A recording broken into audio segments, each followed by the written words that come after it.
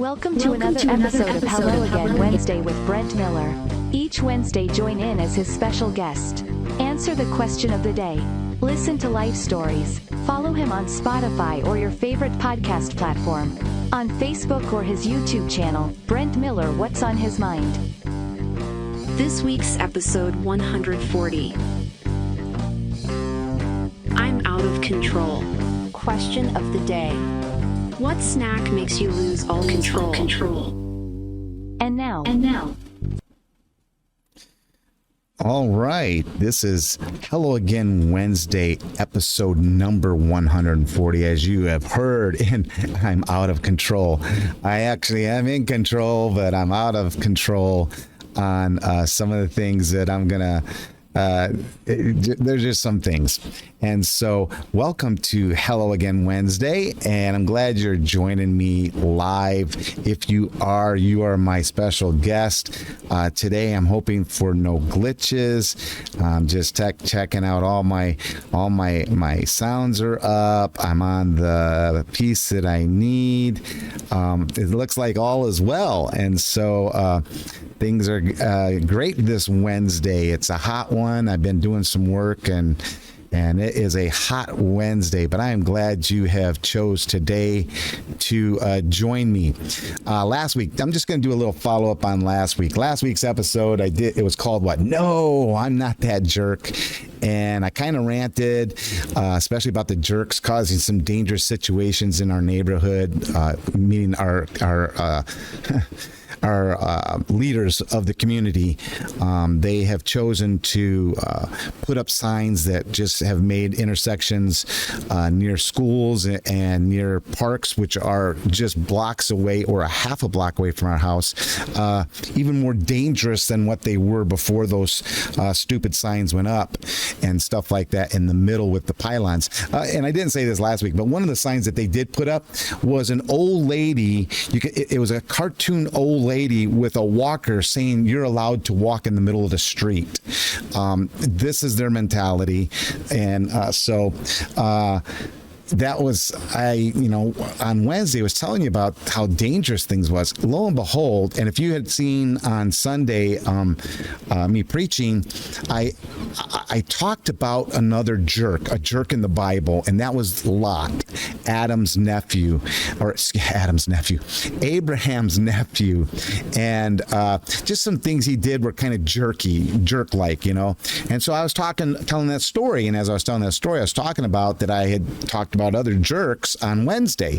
Well, get this, on Friday, so Wednesday's episode, and then Friday, I'm at the intersection, the dangerous one I'm talking about, right next to the park where kids play, and I look to the right, there's nothing. I look to the left, there's nothing, and there's nothing in front of me, and as I'm pulling out, I look to the right again, because you're right, left, right, and I'm pulling out, but I pull out cautiously, because you just never know, and lo and behold, as I'm in the middle of the intersection, a car comes racing by and just about clipped my front end.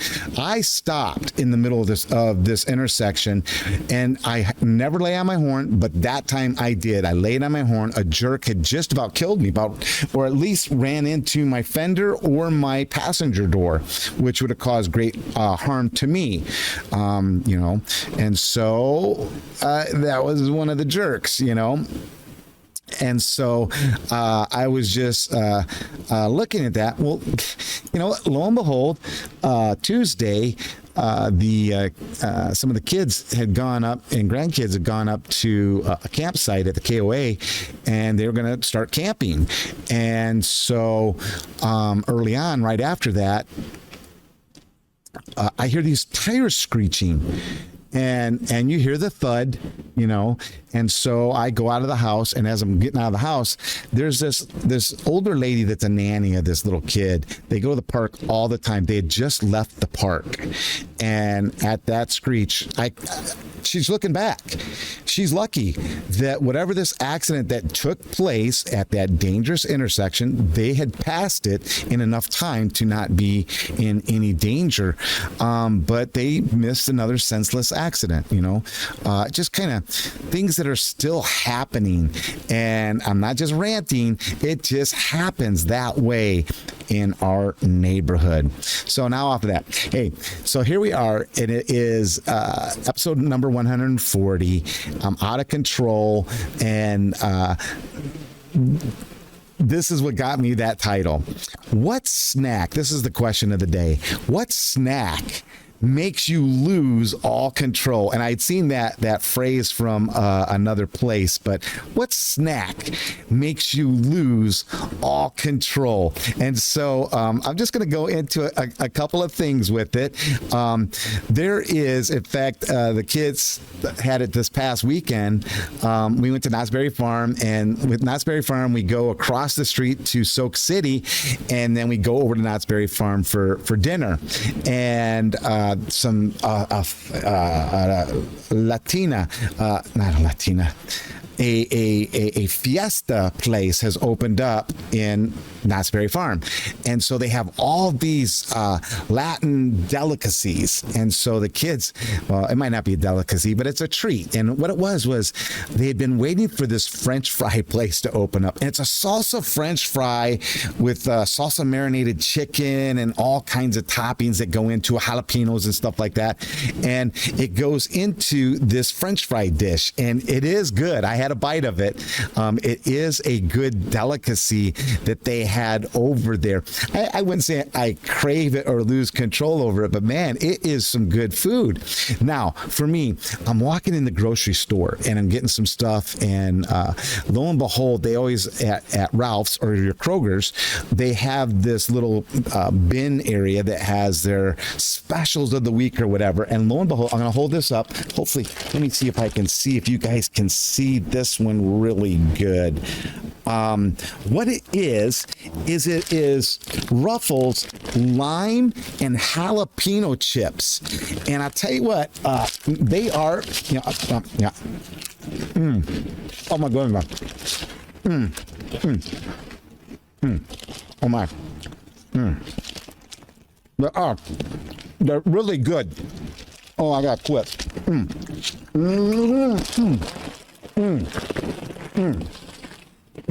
Hold on a sec.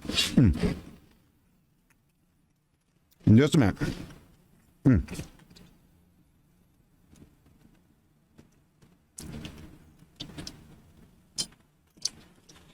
Those are awesome. They are, I don't know if you've ever eaten chips. It reminded me, and in fact, I almost labeled it Lay's. You just can't stop eating them, or what? You just can't stop, or whatever it is, that the commercial that Lay's potato chips used to have. Those chips, they're salty, and so I do have to put them away. They're very addicting. You ever have a snack that is addicting, like you could just keep eating it? Almost kind of like Girl Scout cookies. Thin Mints. That's another one for me. Luckily, those packages have gotten smaller. But with those chips, they are really, really good. They're too salty, though. But they have that great lime jalapeno. It reminds me of me and Sophia. We loved jalapeno coins at Red Robin. Yum. And so they used to serve them as an appetizer, but now they don't serve them as an appetizer anymore. But they will serve them on a burger. Jalapeno coins on a burger. Now, please, anyone in the audience, please explain that thought process to me. How can you say, I can't sell you an appetizer jalapeno coins, but I can put them on your burger? You know, I almost want to go, you know what? Whatever you'd put on like 5 burgers, go ahead and give them to me. Okay? That's what I want on the side. Because they are great. Me and Sophie, we really, really love them. Hopefully you guys are seeing this pretty good. I just got a little notice of a frame rate problem, but hey, we're going to keep on going through this and click away with it. Probably because I'm getting too excited and hitting all these chords and stuff. But you know what? Yeah, those chips and jalapeno coins, those are awesome. I could just keep eating them, but I'm not. So Let me help you think, though, because the question of the day was, what snack makes you lose all control? As in, you would just keep on eating those snacks. Let me help you think for just a little bit. Ready? How about movie popcorn? And I don't mean like movie popcorn like you buy at the store and it's called movie popcorn. I mean, like you go to the movies, you get the extra large tub of popcorn. Now, in the old days, we used to do the squirty of the butter. I've done the butter. I've done all that stuff. Grew up with that stuff. We used to have a popcorn maker. In fact, I was just talking to my dad one time about it. Remember that old popcorn maker that was that yellow kind of like plastic top, and it had a place where you'd stick your butter, so as the popcorn's popping and the butter would drip down over it, and then it's electric and you flip it over when it's all done, and then you eat it right out of that bowl, all that stuff. Movie popcorn. You go to the movies, and I could eat popcorn for dinner. Now, Michelle's got there's a new employee where she works. And that person came from Indiana, up near the Chicagoland area. And so these two ladies, Michelle and her, they're just reminiscing about all this stuff in the Midwest that you just can't get out here. Are you ready? Mrs. Fisher's chips. Now that's more of a Rockford area where the potato chip factory was, and those potato chips, they are awesome. You just crave them. Or ready? Monocle's Pizza. And now what's really funny about these two things is that this lady working with Michelle, her mom is in the Rockford area, I believe, and ships those Mrs. Fisher's chips to her. And so she had Mrs. Fisher's chips in her purse as they were speaking. Really funny. Monocle's Pizza, another just down in the Peoria.